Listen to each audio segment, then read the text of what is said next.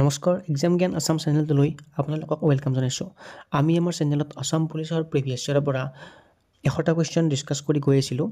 আগৰ ভিডিঅ'বিলাকত আমি question number 1ৰ পৰা কুৱেশ্যন নম্বৰ 40 লৈকে ইতিমধ্যে ডিছকাছ কৰি আহিলোঁ। আজিৰ ভিডিঅ'ত আমি কুৱেশ্যন নম্বৰ 41ৰ পৰা কুৱেশ্যন নম্বৰ 50 ডিছকাছ কৰিম।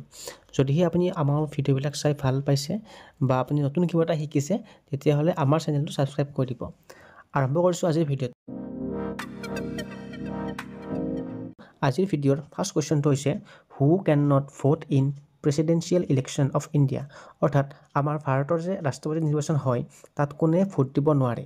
যদি আমি ইয়াৰে অপশ্যনসমূহ চাওঁ, ইয়াৰে শুদ্ধ এনচাৰটো হ'ব অপশ্যন নম্বৰ এ, বিধান পৰিষদৰ নিৰ্বাচিত সদস্য, অৰ্থাৎ elected member of the legislative council.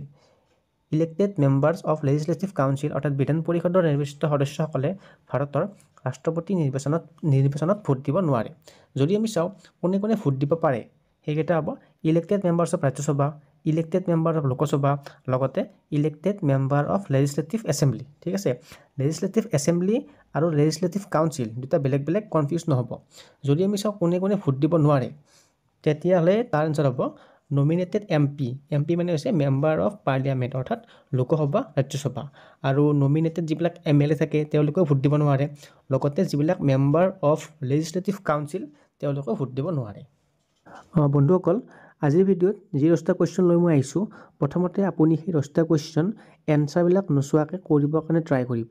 ঠিক আছে, আৰু কমেণ্টত জনাব যে আপুনি 10টাৰ ভিতৰত কিমানটা কুৱেশ্যন নিজে কাৰেক্ট কৰিব পাৰিছে। ঠিক আছে, আমি আগবাঢ়িছোঁ আমাৰ নেক্সট কুৱেশ্যনটোলৈ।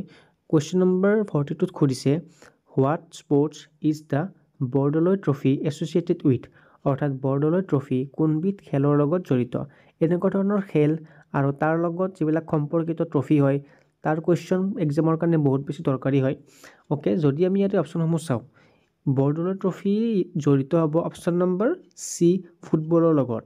বৰদলৈ ট্ৰফি ফুটবলৰ লগত জড়িত।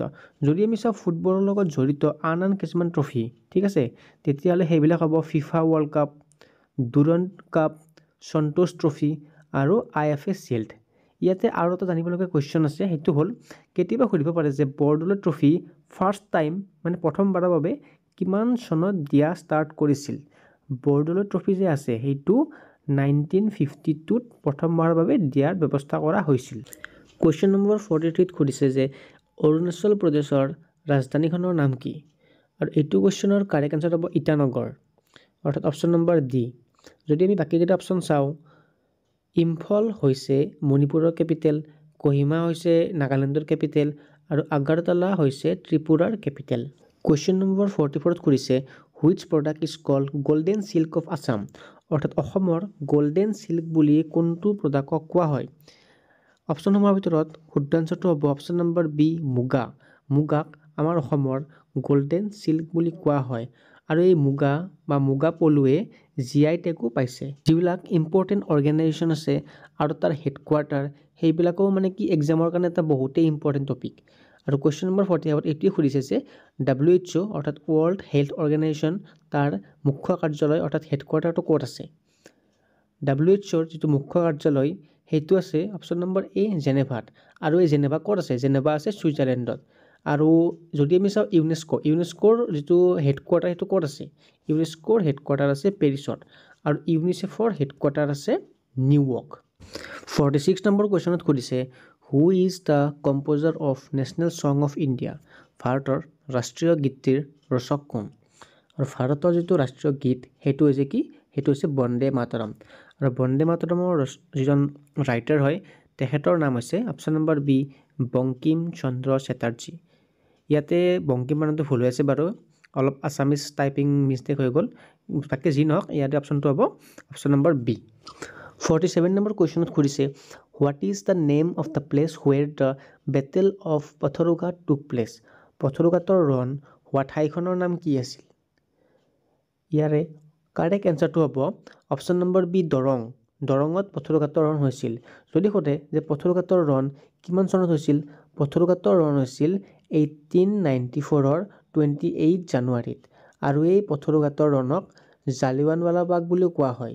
আৰু তাৰ কাৰণটো হ'ল যে পথৰুঘাটৰ ৰণত টোটেল 140 জন খেতিয়কৰ মৃত্যু হৈছিল আৰু যিটো নৰ্মেল জালিয়ানৱালাবাগ আছিল সেইটো কেতিয়া হৈছিল সেইটো হৈছিল 1919ত এই যে জালিয়ানৱালাবাগ হত্যাকাণ্ড হৈ গৈছিল 1919ত তাৰ লগত আমাৰ পথৰুঘাটৰ ৰণৰ বহুখিনি মিল আছে আৰু তাৰ কাৰণেই পথৰুঘাটৰ ৰণক অসমৰ জালিয়ানৱালাবাগ হত্যাকাণ্ড বুলিও কোৱা হয় নেক্সট কোৱেশ্যনত সুধিছে how many medals did Mary Kom win the Olympics অৰ্থাৎ মেৰী কমে অলিম্পিকত টোটেল কেইটা পদক পাইছিল ইয়াৰে কাৰেক্ট এনচাৰ হ'ব অপশ্যন নম্বৰ A1 মেৰী কমে অলিম্পিকত টোটেল এটাই মেডেল পাইছিল আৰু সেইটো কেতিয়া পাইছিল সেইটো পাইছিল 2021 চনত হোৱা লণ্ডন ছামাৰ অলিম্পিক্সত আৰু তেখেতে তাত বক্সিঙত ব্ৰঞ্জ মেডেল পাবলৈ সক্ষম হৈছিল 49 নম্বৰ কুৱেশ্যনত সুধিছে যে in which year was the Assam accord sign Assam চুক্তি কিমান চনত চাইন কৰা হৈছিল আৰু এইটো কুৱেশ্যনৰ কাৰেক্ট এনচাৰ হ'ব অপশ্যন নম্বৰ A